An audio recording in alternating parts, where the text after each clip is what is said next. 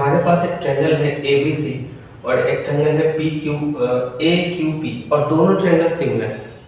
तो हमें पता करके दिखाना है कि लेंथ ऑफ AP पता ये पता करना है। दूसरा पता ये करना है कि ratio of area of APQ और ABC। तो पहला क्वेश्चन पेपर में ये गिवन है कि ट्रायंगल ABC और APQ सिमिलर है पहला। दूसरा, ये जो AP है वो BC के पैरेलल नहीं है। तो हमें गिवन क्या है, तो इस क्वेश्चन में देखते हैं।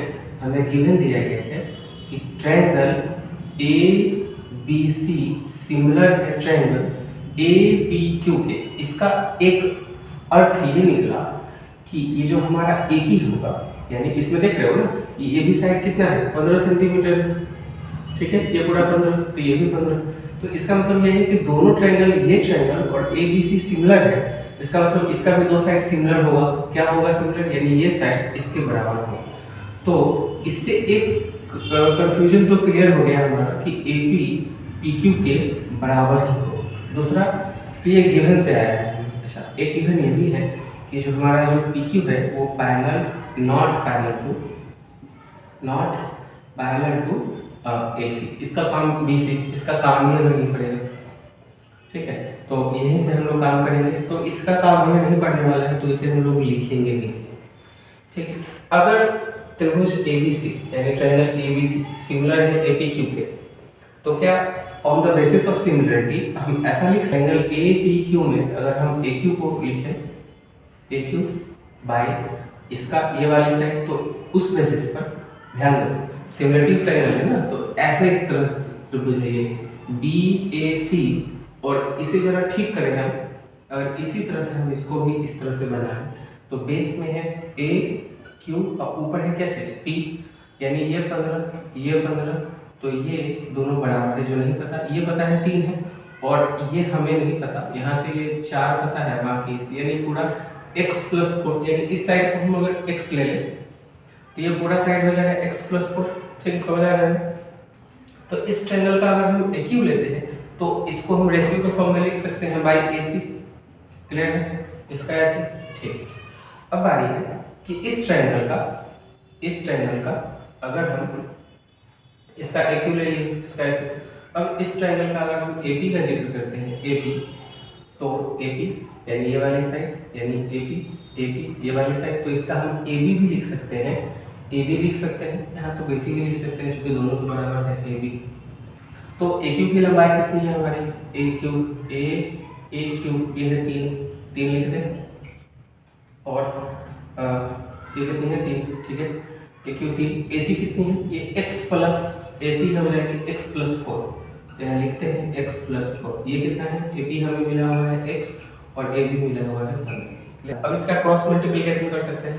अगर हम क्रॉस मल्टीप्लिकेशन इससे करेंगे, इधर क्रॉस 45 इज इक्वल टू, इधर क्रॉस मल्टीप्लिकेशन करेंगे इसके साथ, तो x² + 4x, इसे उधर ले जा सकते हैं 0 बराबर x² + 4x - 45, ठीक है। मिडिल टर्म फैक्टराइजेशन 0 बराबर x² प्लस इसे लिख सकते हैं 9x - 5x - 45, है ना। 9 में से 5 जाएगा तो 4 बचेगा और 9 5 जा 45 मिल जाएगा। 0 x को कॉमन कर सकते हैं तो x + 9, यहाँ से -5 को कॉमन कर सकते हैं तो x + 9, तो 0 बराबर x + 9 एक इक्वेशन मिला और x - 5 दूसरा वैल्यू मिला। अगर हम कंपेयरिंग करें, इसलिए x + 9 = 0, तो x का एक वैल्यू मिला हमें 9 सेंटीमीटर, जो पॉसिबल नहीं है क्योंकि कभी भी लेंथ जो होता है वो नेगेटिव नहीं हो सकती है। तो अगला कंपेयर करके देखते हैं कि x - 5 = 0, तो ये पॉजिटिव हमें मिला, यानी x का वैल्यू क्या आ जाएगा 5, यानी ये वैल्यू 5 सेंटीमीटर आएगा। तो हमें ये भी वैल्यू क्या मिल जाएगा 5 सेंटीमीटर। तो एक सवाल तो क्लियर हो गया कि इसकी लंबाई कितनी होगी, तो 5 सेंटीमीटर। अब रेशियो पूछा गया है एरिया ऑफ ट्रायंगल APQ, ठीक है। अगेन लिख लेते हैं, अगेन APQ यानी area triangle APQ by area triangle ABC, ठीक है।